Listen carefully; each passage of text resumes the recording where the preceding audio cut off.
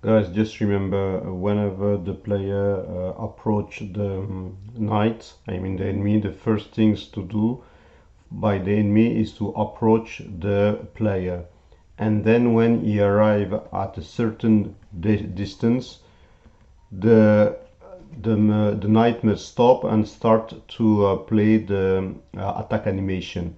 So let's see how to manage that.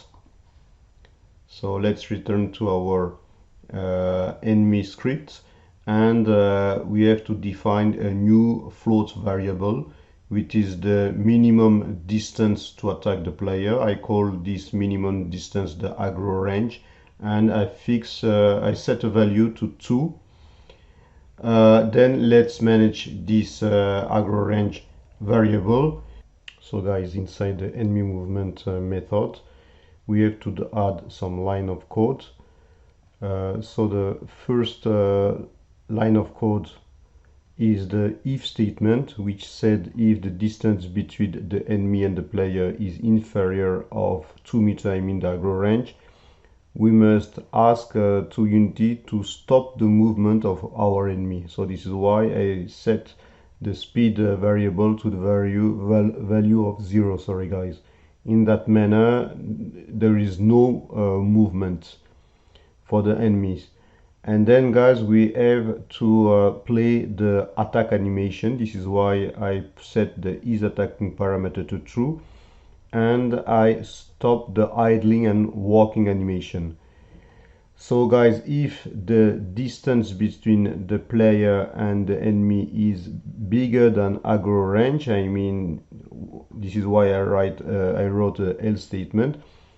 So now the enemy, I mean the knight, must walk. So this is why we restart his speed to the value of 2. As he must walk, we must play the is walking animation. This is why I set this parameter to true, and the two other one I set them to false. So guys, now I have to copy the enemy movement method and call it from the update method.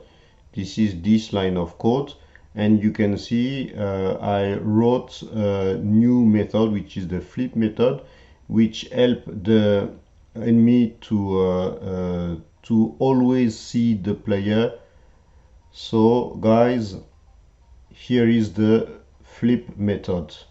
Guys, I will once again comment those line of code. So what they mean, actually, if the position of the enemy is bigger than the X position of our player, it means that we must conserve the direction of the enemy. The direction of the enemy at the beginning was negative. It was minus 3.37 and so on. You can verify that here the position, the X position of the scale is -1. And guys, at the reverse, if the player is on the right, I mean if the transform of the player is bigger than the transform of our enemy, so we must take the opposite value of the local scale. This is why it is positive here.